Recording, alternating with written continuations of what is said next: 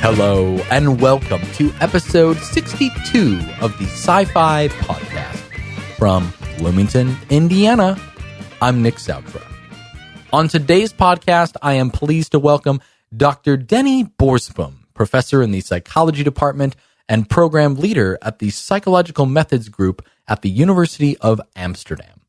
Denny's research focuses on the conceptual analysis of psychometric concepts, the development of new psychometric techniques, and the formation of formalized psychological theory. In his book, Measuring the Mind, Conceptual Issues in Contemporary Psychometrics, Denny discusses the extent to which psychology can measure mental attributes, such as intelligence, and examines the philosophical issues that arise from such attempts. Much of Denny's recent work has been focused on the use of complex systems and network models in the context of psychometrics, as well as applying network theory to the study of mental disorders and their symptoms. While formerly a psychologist, Denny has been publishing work in the philosophy of science for nearly 20 years and provides a unique perspective on the ability of working scientists to cross disciplinary boundaries and do philosophical work. And thus, without further ado, let's bring in Denny.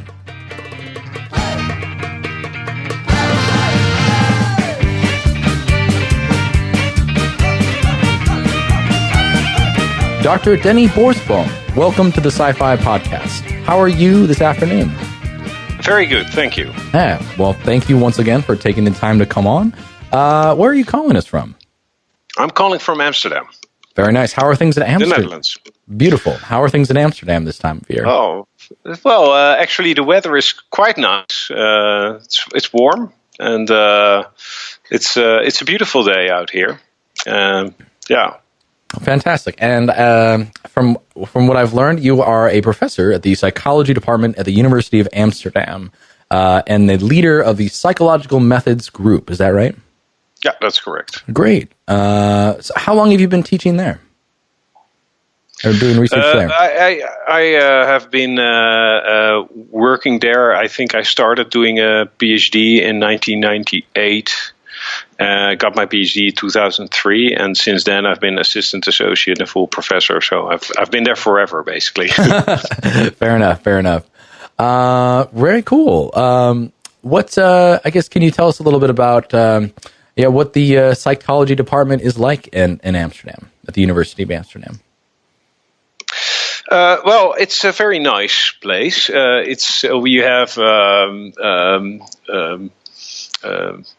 a number of vibrant research groups, brain and cognition groups, social psychology, clinical psychology, organizational psychology, and then there's us. We are the psychological methods department, and we develop statistical methodologies, also do construct new psychological theories, try to construct formalized theories, develop novel data analytic visualization procedures or statistical models, all kinds of things. And it's a very nice department. It's very productive, very well established, has a good reputation. We have very nice students. And we're quite successful in getting funding. So, we're doing very, very well, actually. That's great to hear. Any particular projects, or what has been the focus for this term? You mean for my research? Yeah, for you. Yeah. Yeah, so a couple of years ago, I introduced what is now called the network approach to psychometrics, and that was especially successful in psychopathology research. Yeah. And the basic idea is that we should think of psychological constructs like, say, depression as emerging out of interactions between what was traditionally seen as measures of these of symptoms, actually. So the symptoms like lack of sleep, fatigue, concentration problems, etc. They form feedback loops among themselves, and out of that, a disorder can grow, basically. And this is psychometric idea, basically, because it is about the connection between the theoretical concept of, say, depression and the presumed indicators of that concept in the form of symptoms. So that's a psychometric model, and this has been very successful in generating lots of research. So much actually that right now almost all of my research time is devoted to this program of research. Fantastic. That sounds great. So I imagine there's some particular. Is this so? In doing these network models, is this something with which you're doing experimental work with, or are you or are you spending your time still building up the conceptual framework with other kinds of papers? Yeah, so I am mainly conceptually oriented. So I'm interested in this because of the novel conceptual view it affords on the measurement problem in psychology, and the operationalization, the way we should think about how to organize research, what psychological constructs are. That's really what has my interest. But in the wake of this conceptualization, there's lots and lots of statistical models that have been developed by people around me, and these are being applied very, very often nowadays to empirical data sets that are gathered by other people. And I'm I'm involved in all of that. But my own focus is mainly conceptual. Fantastic. Well, we will find out as we move along in this interview a little bit about your approach and how you came to do your conceptual work. But before we jump into that, let's take a step back and find out a little bit about how you got to where you are now. So, Denny, tell us, where did you grow up? I grew up in a place called Wassenaar, which is near The Hague, in the south of Holland, at the coast. So I'm as a kid, I saw the sea a lot, the dunes. I'm sorry, what was it? What was the town called? The Hague. Wassenaar. I see. Sorry, I had to find it on a map here as I'm searching. Fantastic. Yeah. Okay. So what was that's something?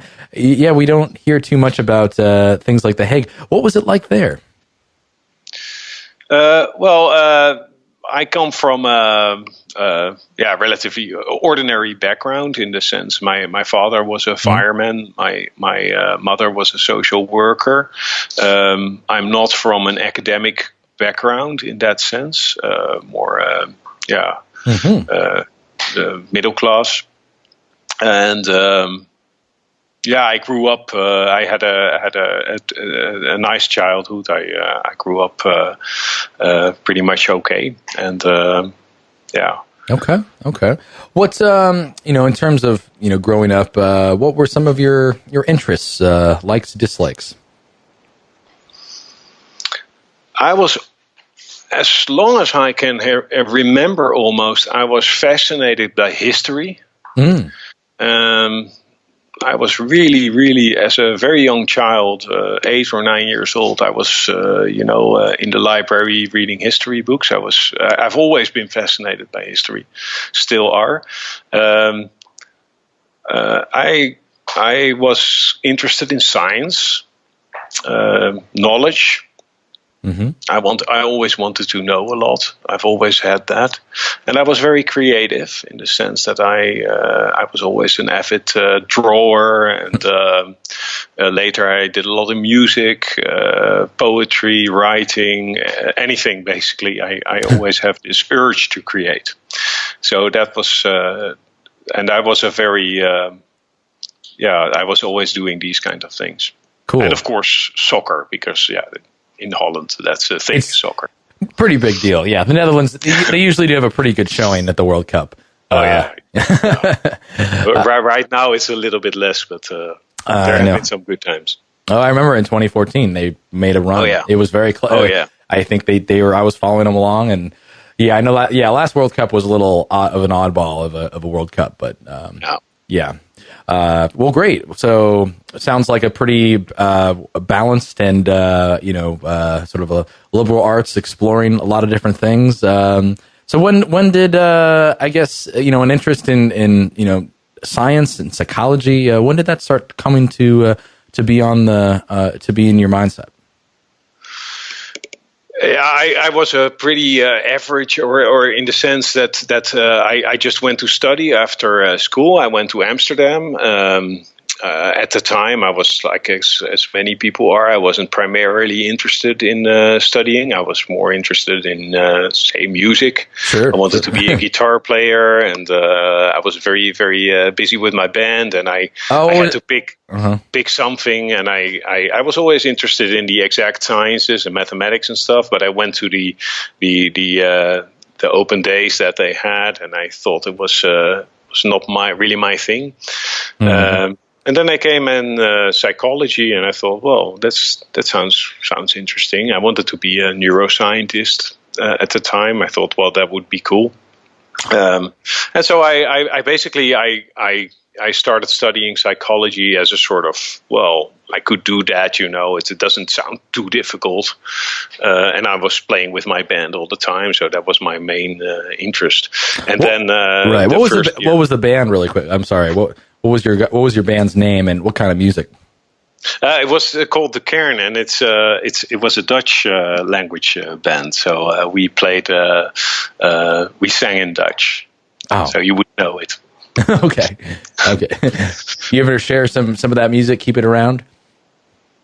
I have some. If you crawl the web deeply, you could probably find some scraps here and there. Fantastic. Okay. Yeah. So it sounds. So I guess, what was it about? Being a neuroscientist that was particularly appealing. Sorry, can you say that again? You fell away. What was it about, I guess, neuroscience that attracted you in terms of a career? That's a good question.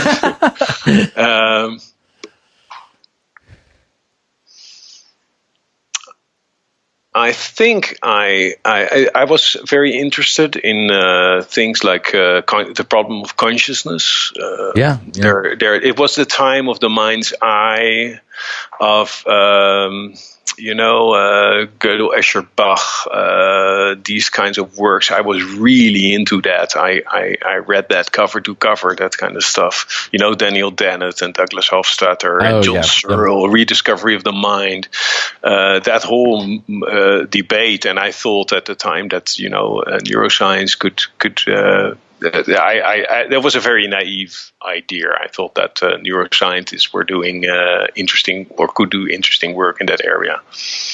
That career never materialized, actually. Although I did publish now and then in neuroscientific journals.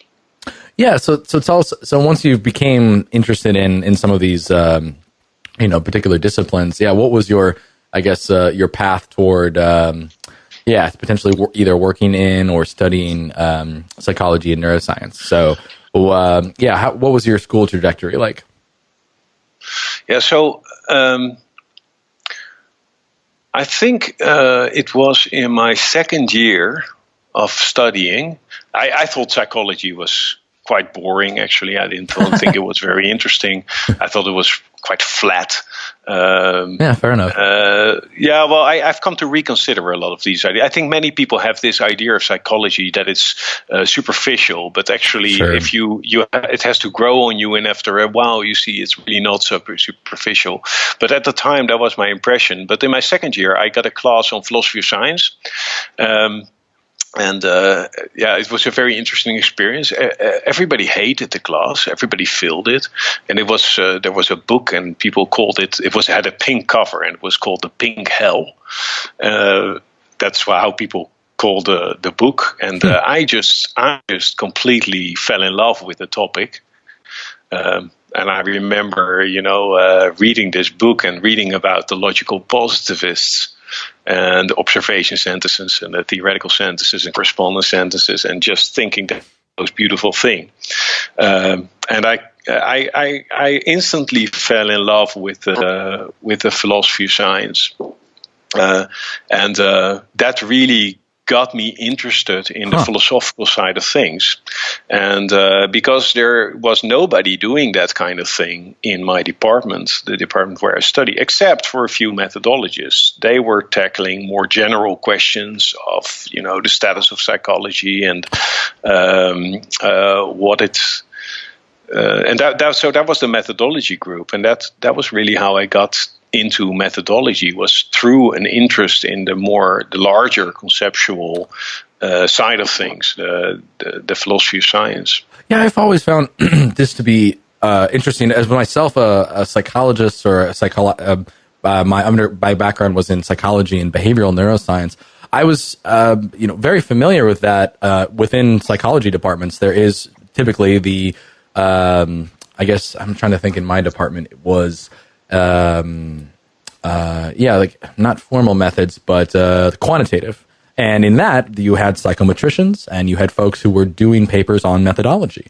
And it seemed like, sure, they were doing experimental work, but at the same time, they were reflecting more deeply on what their colleagues were doing. And in many ways, it seems like, I don't know, it's almost built into the structure of a psychology department is in some ways some philosophy of science. Would you agree with that? Or yeah, so psychology is not a discipline with a very big theoretical focus, in the sense that you don't have a theoretical psychology in the way that you have a theoretical physics or a theoretical chemistry or theoretical biology or theoretical economics even. Mm-hmm. So you don't really have theory departments. The psychologists are really hyper empirical. They always immediately want to get data.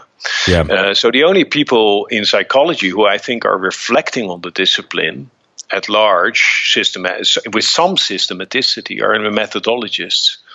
So it's natural for a person who has that inclination to gravitate towards this area. And methodologists, well, they have this reflective capacity or hobby, but they of course they earn a living making statistical models and teaching statistics, and that's also what I got into, because I thought, this philosophical hobby of mine, I developed this almost. I read a lot of philosophy of science on the side for many years. I never studied it formally, but I was reading this all the time. But I thought, I can never get a job in that. I mean, it's who wants philosophy of science? So I thought, well, I'll do this methodology thing, and I'll study statistical models, and then I can, apply the statistical models, and I'll just keep the philosophy of science as a sort of side hobby. Well, I see that actually in one of your first publications actually is in a philosophy of science journal in Synthèse.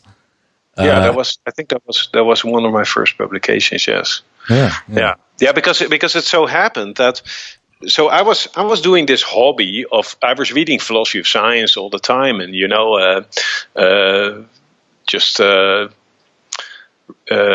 on the side, basically, and I was at the same time studying these measurement models. Right. So psychometric models, this is all these statistical models, the factor model and the item response theory model, and they're all statistical frameworks that are used in the analysis of psychometric test data. But I never thought I would combine these things. I thought I'm just going to be a psychometrician making these models. Mm-hmm. But then it turned out that there was a PhD project on the topic of test validity, whether a test measures what it ought to measure.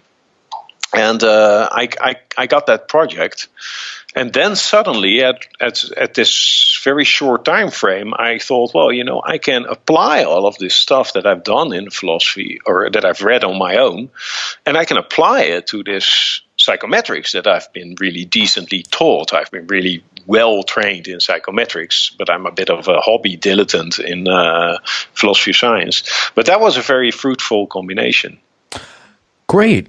So perhaps you could tell us a little about some of your first or earlier projects that combined such approaches, and how you went about doing that, and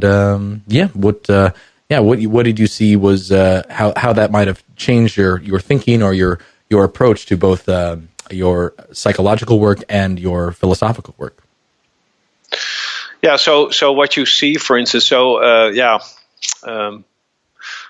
of the things I started with is asking myself the question, what do these psychometric models that are used to determine which are good or bad items in a test, so questions or problems that people solve, what do they really do? What is their background? What is their philosophical backdrop, if you like? And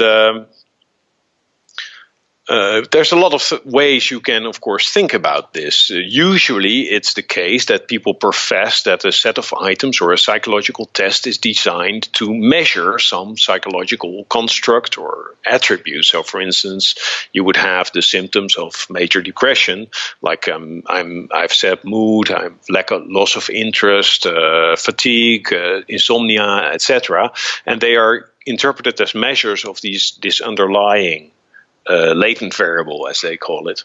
And then the question is, very naturally, what is the relation between these items and the latent variable? Is this latent variable a real thing or a real property? How should we think about this? And that is, of course, a question that the philosophy of science has tackled in great detail over much of the 20th century. The measurement problem and the question of whether theoretical terms refer there's been all these positions on this. So what I started doing was taking these positions and seeing which were compatible with this idea of the latent variable model. And my conclusion was that the latent variable model, as it's generally used, is a common cause model with an unobserved common cause, where the common cause explains the relations between the items. And that suggests that we should have a rather realistic interpretation of this latent variable. It should be something that's at least real enough to determine answers to questionnaire items and things like that. Could you give us maybe a concrete example of this? For those who are not familiar with psychometrics and the pretty big philosophical and conceptual issues that you're referring to. Like, what's an example of a test with which we would be, with a psychologist and others would be interested in, and in addressing these questions practically? Okay, so psychological tests are, I always call them psychology's atomic bomb. They're basically the psychometric approach underlies most, if not all, of the tests that you come across as a person in your life. So that can be educational tests, it can be intelligence tests, but also psychiatric diagnoses.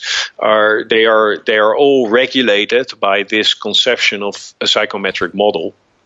And the psychometric model generally, or at least the models that we work with when I came to the scene, they generally assume that something like, so you have these observations, like for instance, symptoms of a psychiatric disorder, and you treat them as manifestations or effects of an underlying condition. And this is the condition or the psychological construct, as they call it, you want to draw inferences about.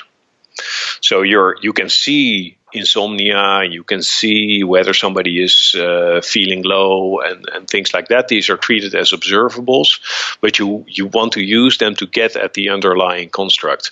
And the psychometric models, they basically are statistical ways to get this done. That's their goal. Right. So, as both a psychologist, psychometrician, and as who's interested in the philosophy of science, what can turning one's attention and thinking toward these problems, hope to reveal? Well, I think actually that psychometrics is really, really important in science and society. It's not appreciated.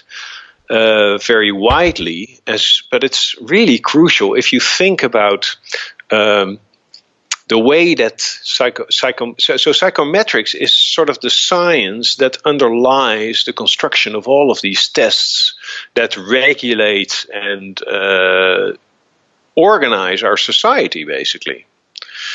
Right, so the ET or the SAT or the personality test, they determine who gets hired for a job, whether you get special care, whether you go into treatment, etc. So it's enormously important. It has an enormously important societal role, but also in science, it's almost everything that's done in psychology or neuroscience or genetics when it comes to psychiatric or psychological constructs is organized. You got a field of intelligence, you got a field of personality, you got a field of disorders, you got depression, you got anxiety, you got schizophrenia, and this is all regulated by these little models that basically hold these things together. Yeah. So it has a very strong regulatory force throughout science and society, and at the same time, the backing of these models is not always as strong as you would suspect. Maybe it's not always clear what the normativity is based on. Right. It's really interesting. In your experience, what are the potential ways in which such models are backed? Obviously, through repeated empirical experience, just through appeal to tradition. What is it? What is it that we choose one model or kind of metric over another? Now, that's a very big question, and it would be actually a very interesting history and philosophy of science project. Right. Because of course these things develop over maybe a century and a half or something like that, and I guess there is a combination of factors. Of both empirical, in some sense, these models work in an empirical sense, but also they are motivated often with statistical reasoning or with philosophical reasoning, by ideas of what a good measure should look like. Right. Absolutely. All right. And so this is all intermingled in complicated ways. Very, very good. Very good. So you're doing your work, and you mentioned that you do your psychological work and with a philosophical hobby, but eventually, I don't have a clear view. Did these eventually become intertwined, where pretty much your main focus and work is kind of essentially both, or were you still kind of doing your psychometric, building these models and writing papers in psychology, and then still having your, philosophy of science hobby?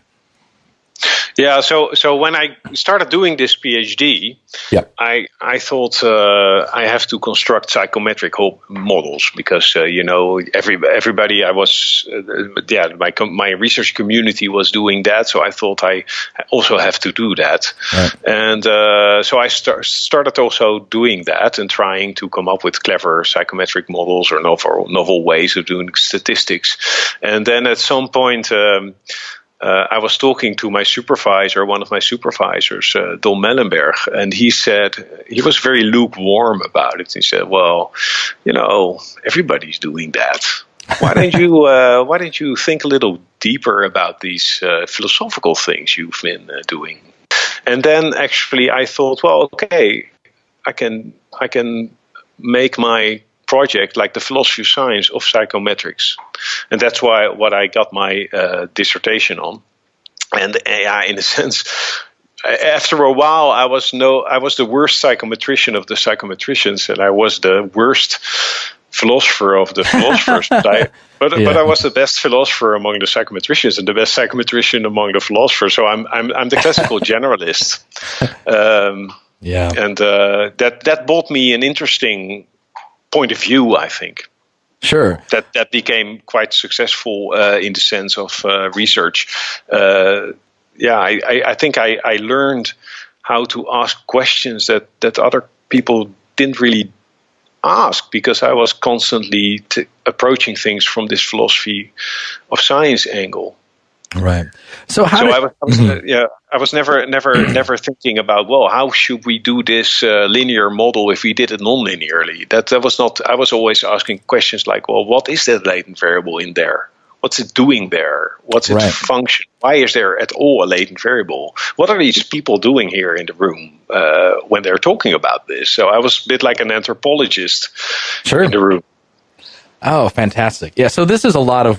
This is the story I hear from a lot of folks who eventually have who decided to they decided not to go the science. They were not steeped enough in the science, or they decided to switch altogether, where they were asking these exact kinds of questions related to their particular scientific interests, and then have carried on philosophy of science, a more disciplined approach in philosophy of science. But at the same time, I just find it fascinating and really encouraging to hear someone like yourself who has been successful as a scientist, as a psychologist, and has continued to explore the kinds of questions that they want to do. I guess, could you maybe tell us about how? You have already shared a little bit about the nature of your particular work is in some ways kind of philosophical, or is philosophical, just depending on the kinds of questions. And so, but I'm wondering about your experience, what it's like working as a psychologist, but doing philosophy of science. Yeah, so I don't see myself really as a philosopher of science. I never got formal training in philosophy of science. So I see myself primarily as a psychometrician or a psychologist with an interest in the conceptual side of things.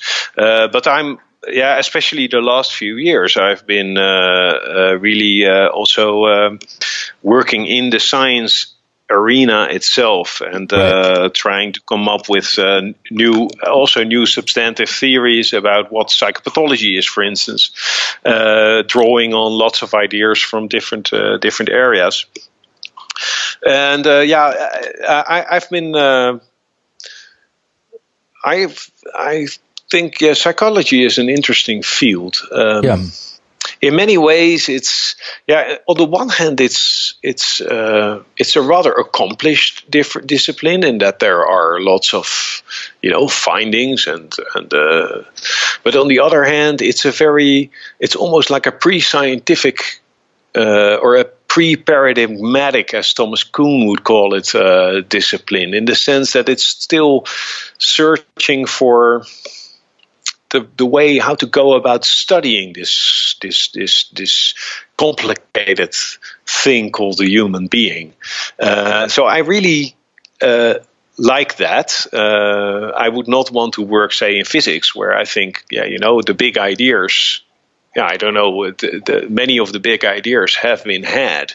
In psychology, I think we're still, in a sense, scratching the surface of how we should at all go about studying this human being scientifically, and especially human behavior, which is so complicated and so multifaceted and is imbued with meaning and all these. That's I've really enjoyed that. I still enjoy that a lot. Fantastic. So.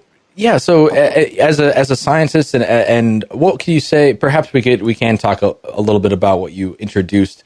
In the beginning of our chat, which was this turn toward these network models of psychopathology. So, could you tell us a little bit about why this turn, and why work on this particular theory, and what has the work on this been revealing to you?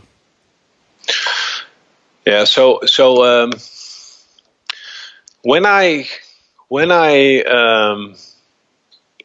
my analysis of the basic measurement model in psychology, my analysis was basically that this would really work if a construct like depression really was the common cause of the indicators we use to measure or assess depression. And if you think about it in that causal way, it doesn't really make sense. So I spent a couple of years trying to come up with, theories about how intelligence would promote good answers to intelligence items, or how depression would, cause sad mood. And I just didn't succeed. And at some point, also in interaction with some of my colleagues, because of course these things never originate just in your mind, it's always in social interaction. We started thinking in our group, well, aren't these things just causing each other, right? So if you don't sleep, that's a symptom of depression, insomnia. You get tired. Fatigue is also a symptom of depression. If you get tired, you can't concentrate, also a symptom of depression. You make mistakes, you feel guilty, you develop a bad image of yourself, So what if these things all start activating each other? All of these symptoms start activating each other. Wouldn't you just get the same behavior that we see as if there is this underlying common cause, while there really isn't? And and so what if we just switch the things around and start by saying, well, let's assume that all of these symptoms are part of a complex system of things that interact, rather than always assuming they are imperfect indicators of an underlying reality. And that was basically. I thought that would be philosophical, but basically, or I thought, well, maybe we can do a little bit. But then, sometimes when you formulate a problem like this, and you say, well, can we estimate this model? Then it's got the engineering quality, Then it's obvious what you ought to do. And then the statisticians come in and the methodologists come in, and they just take this question and answer it. And that's what basically happened. People came up with all kinds of models from all kinds of fields that could be used actually to estimate these models. And I was not instrumental in that at all. I just thought along. But this became a whole paradigm. So now there's lots and lots of studies that use this methodology to chart network structures in psychopathology, and so that's quite kind of interesting that you're pondering this really basic question of how our indicators related to theoretical constructs ultimately gets you to a statistical model that is now being very often used. Yeah. And so. How, I guess, maybe you could say a little bit about if we once we have this network model, how is it used, and how might research in psychology and clinical psychiatry be different with this kind of model as opposed to a previous model that had something like a common cause, like underlying depression as an underlying, common cause for an indicator of these other things? One moment, I'm gonna take the bone from my dog because it's making a lot of noise. No problem.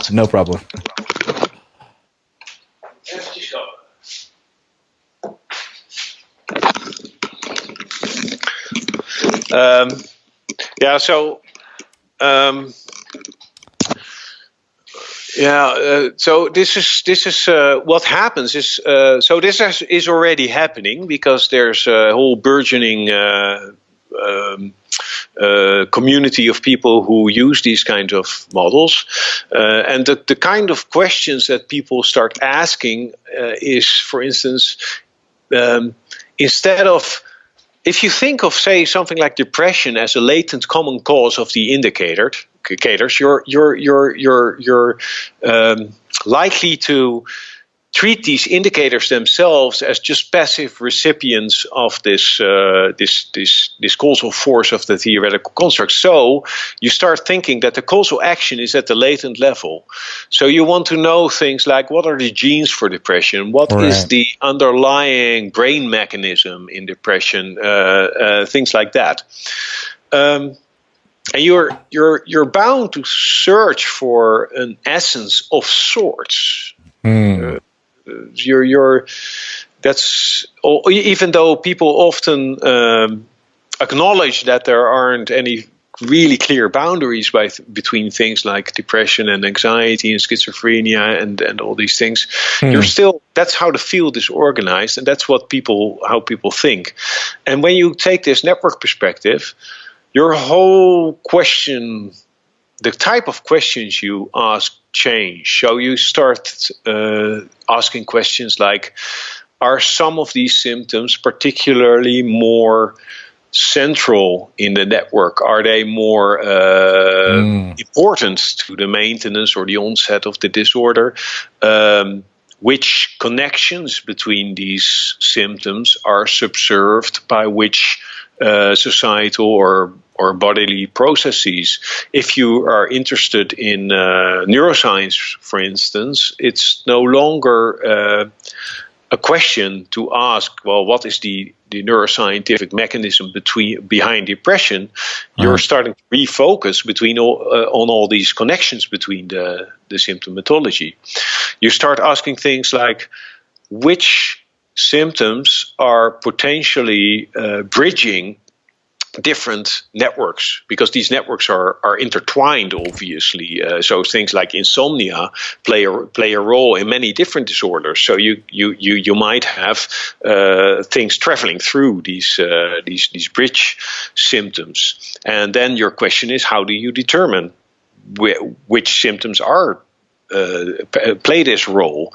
And this again gives you a methodological question that you can develop statistically. So this is the kind of thing that's happening now, and that's I hope some good will come of it. Yeah. But, you never know. Science is a difficult beast. Well, this is fascinating to me. So, and I'd like to, I'm sure. So, has it been the case that, do you think that these adoption of network models, has this, from your knowledge, has this come from, or has this been informed by another kind of science? Like, for example, things like systems biology, or perhaps another way in which folks have been trying to understand a particularly complex system or understand latent variables that they've then found that network approaches or network models seem to work better, or better characterized might what we think is going on. Yeah. So the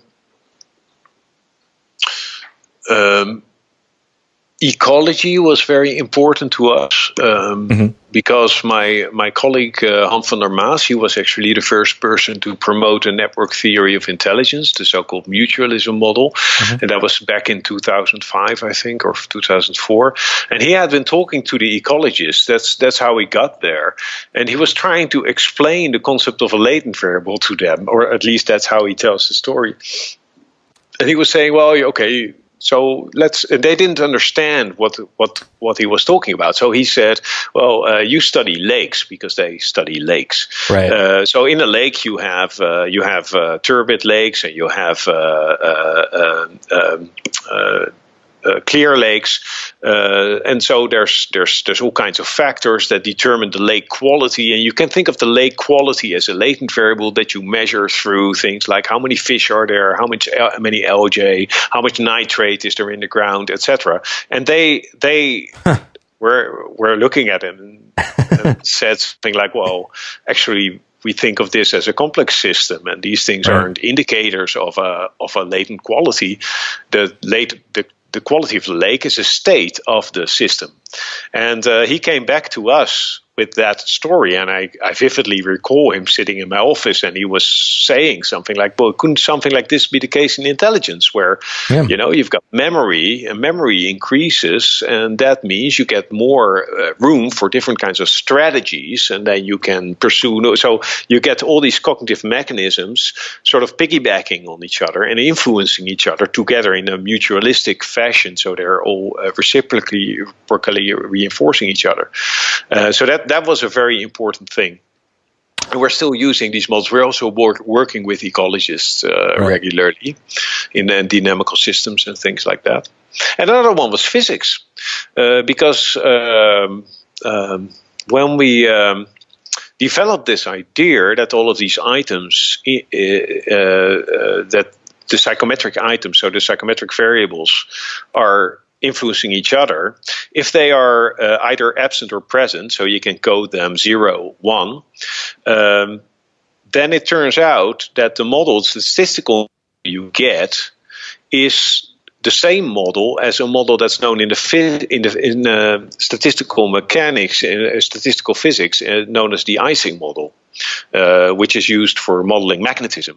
And so we used that was a very, very interesting, amazing, actually, turn of events, that you're studying depression and you're making this model for depression, and suddenly you find out that it's the same model as a model for magnetism. So once we figured that out, we could use a lot of the things that had been developed in the area of magnetism research and actually transfer them to psychometrics. So these were really important things, but also general system thinking, complexity thinking is very interesting, I think.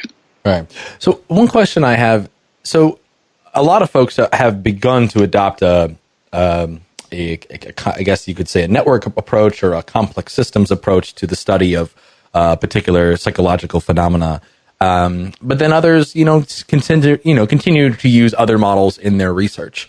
And as you mentioned, when you take a certain perspective, your whole approach and the kinds of questions you're asking changes. Have you found it difficult, or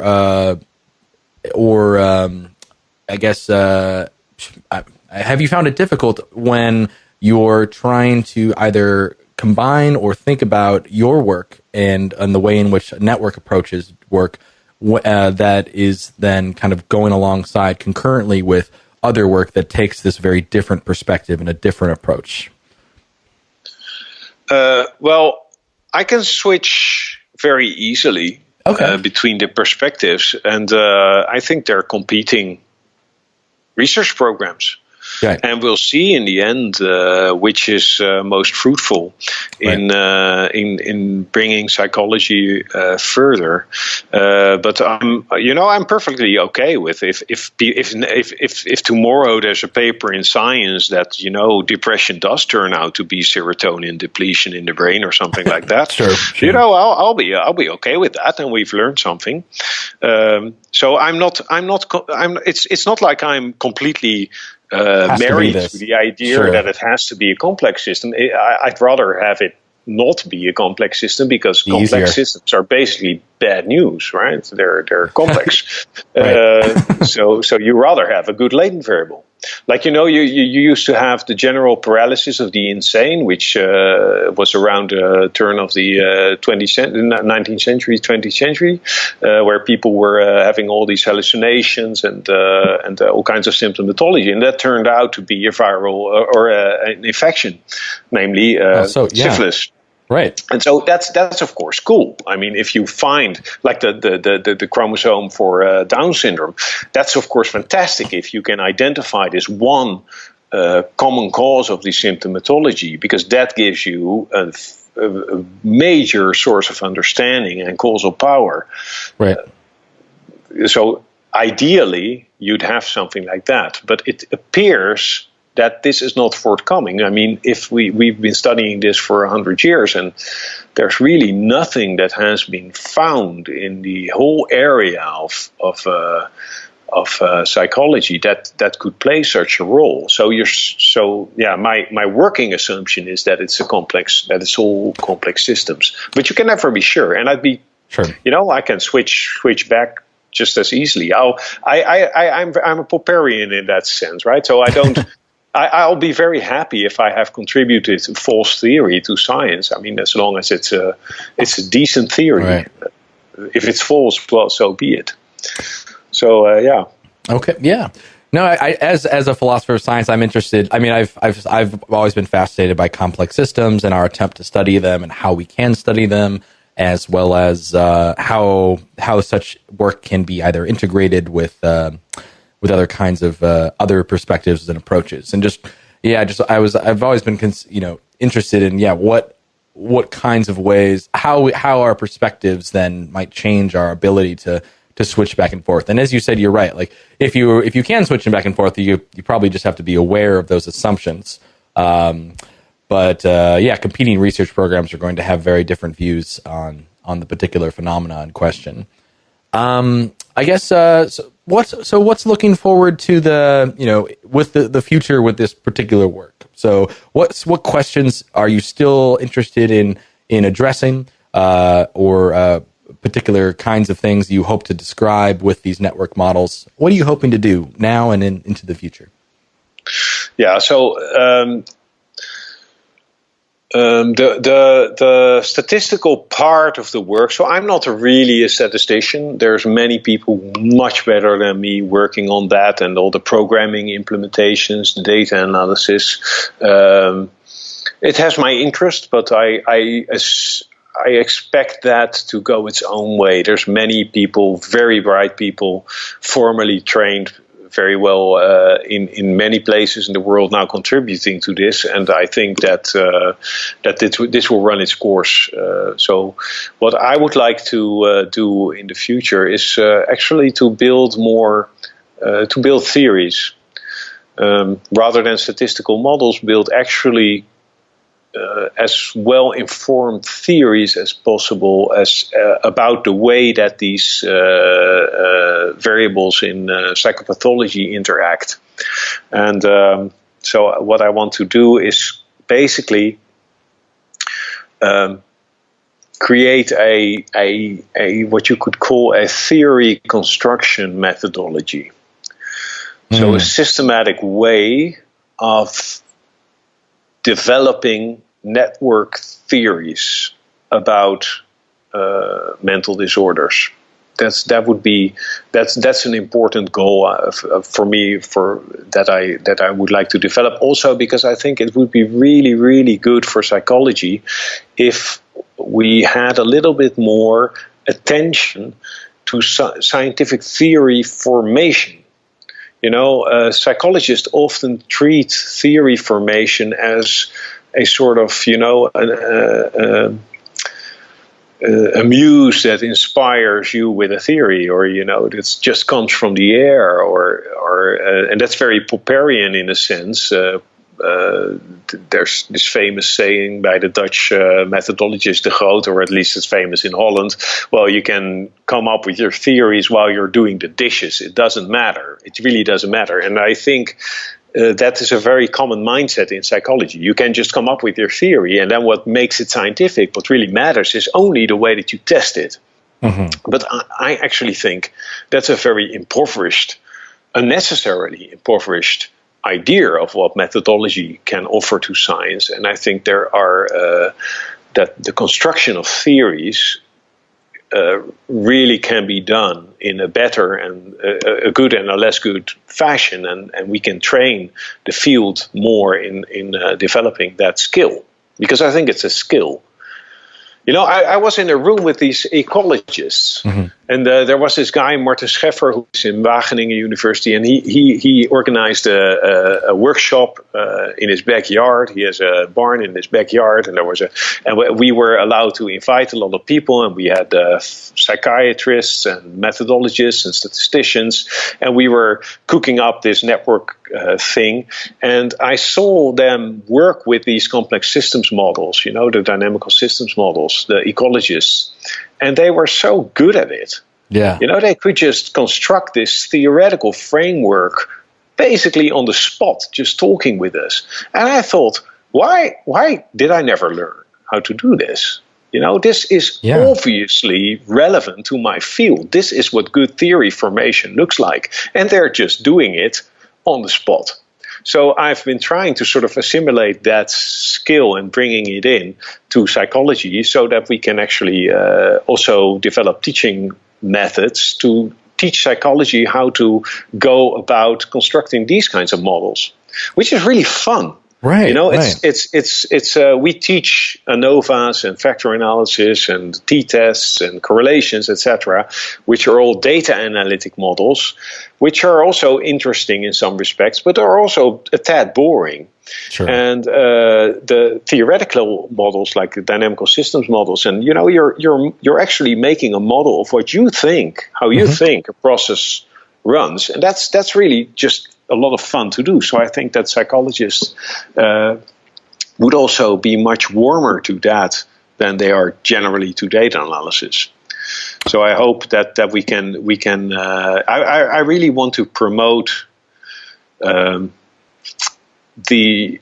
I hope that when I retire, theoretical psychology would be in a better shape than it is now, and that many people would call themselves theoretical psychologists, and that they would all work together building on theories. Because we don't have that. They say, Walter Mischel called this the toothbrush problem. Psychologists treat theories as toothbrushes. No self-respecting psychologist uses somebody else's. And everybody has their own theory. We don't work together on a common theoretical framework. That's very rare.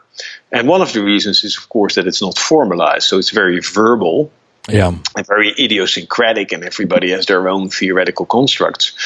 So I think that there is really a world to win in that area. So I want to promote that. Okay.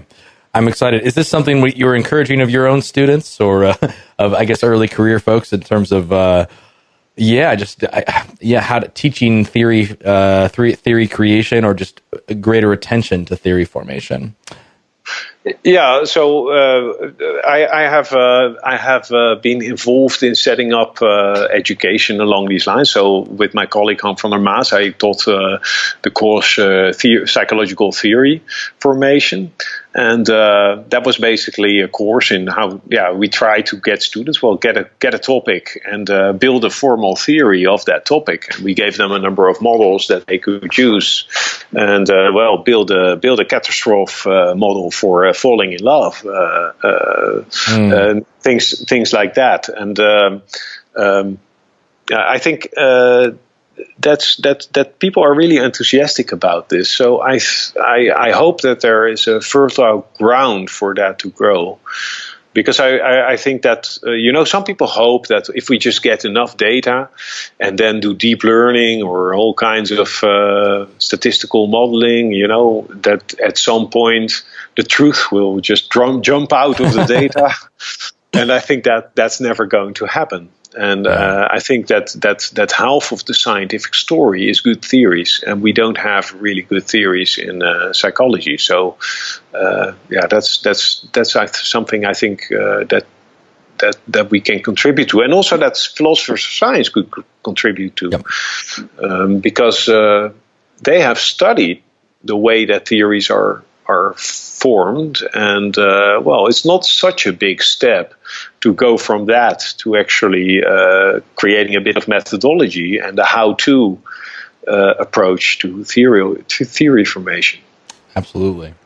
Well, perhaps we can chat a little bit about, or I'd like to hear from you, that you bring up philosophy of science, what you take to be the greatest challenge facing philosophy of science from your perspective as a psychologist.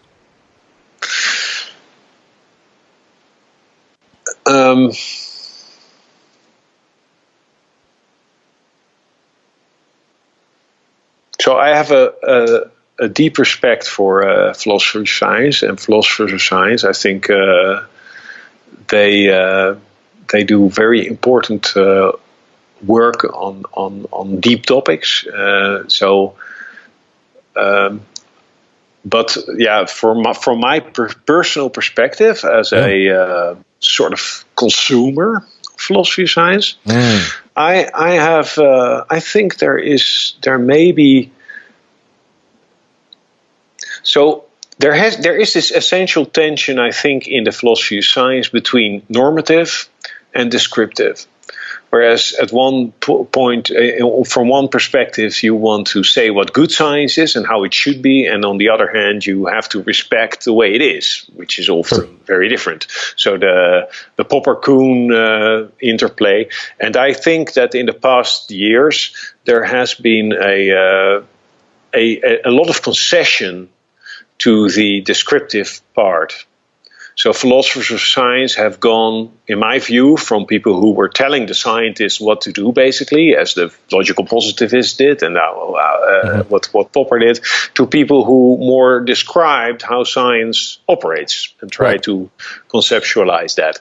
And I miss the normative aspect in the sense that, I believe that it's all theory laden and it's all complicated, and I respect the study of that. But on the other hand, I think there's quite a lot you can say about what good science looks like, and there's this normative position that I sometimes miss in current philosophy of science, where philosophers of science just aren't afraid to articulate what the best way of doing things is, because there is this very strong normative framework in all of methodology. You cannot just dismiss that. So I think the question of how to articulate a normatively adequate system, given that you have to respect to some extent the descriptive aspect of philosophy of science, that's a very big challenge, I think. Yeah, and another one is, of course, when I first started actually going to philosophy of science gatherings, just amazed to find that philosophy of science turned out to be the philosophy of quantum mechanics, and everybody was focusing on this one. I think there's still a lot of philosophy of physics, and there is scant attention to fields like psychology and psychometrics and mental disorders, which are so central in the current scheme of things, right? So, and also where so much concept formation is needed, and the things that philosophers of science really do well, analytic thinking would be so welcome. So I'd hope that the philosophy of science becomes more expansive also, and a little bit less the philosophy of physics and more expanding to other areas. Very good, very good. Well, I think you'll be happy to know that I believe we're on the move toward other areas as well. But you're right. I think there's historically, you're absolutely right. The physics, there has been a physics focus, and of course, quantum mechanics is still very much of interest to philosophers of science. But things specific, in particular, philosophy of psychiatry is well represented, or philosophy of psychology at philosophy of science associations, and as well as there's additional meetings, subspecialty groups. Have you found your way over to perhaps the Society for Philosophy and Psychology, or the Society for Philosophy of Science and Practice, or any of those particular meetings? Yeah, I've been at the SPP, one of these meetings, but this is years ago. Sure. I don't get around that much anymore. Well, maybe since I have had small children, but my children are getting a lot of bigger now. So maybe I'm traveling basically now a lot to philosophy and or to psychiatry and clinical psychology conferences, and that basically exhausts my travel schedule. So I don't get around that much. I can totally understand. For those for philosophers of science who might be interested in that, which you do, which conferences or organizations would you recommend them trying to get involved in? Well, if you're interested, I wouldn't immediately go to a psychometric society conference, because that's very mathematical. Right. But I think if you want to get a feel of what psychology is doing, and also the methodology area, because there's so much interesting methodological work going on in the social sciences. For instance, the Association of for Psychological Science is a really good conference that has a wide palette of disciplines. So that's quite interesting, I think. Good talks, generally accessible. So that's what I would recommend, I think. Okay. Or if you're in Europe, the European version, the International Conference on Psychological Science, ICPS, is also really interesting. Very good. Well, Denny, thank you so much for taking the time out of your day this Monday afternoon.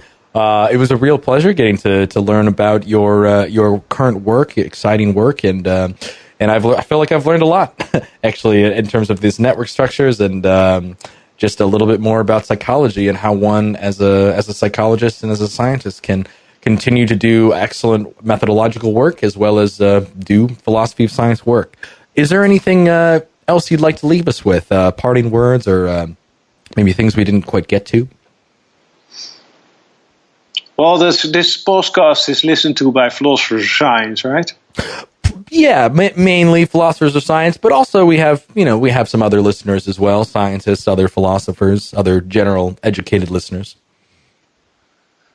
I really think that philosophy of science is a fantastic field with so much wealth in terms of conceptual wealth, I would call it. And I hope I always think that there's too little of that sifting through the disciplinary boundaries. And I really, really hope that philosophers of science will continue or to reach out to substantive scientists to enrich their understanding of their own scientific field. That's because that's often so impoverished. And I think we really can, as scientists, we can really learn a lot of philosophy of science. So that would be my parting words. Wonderful parting words. Well, Denny, thank you so much again. It was a real pleasure to talk to you. Have a great rest of the day, and I'll talk to you soon, hopefully. Okay, my pleasure. All right, thank you. Bye. Bye-bye.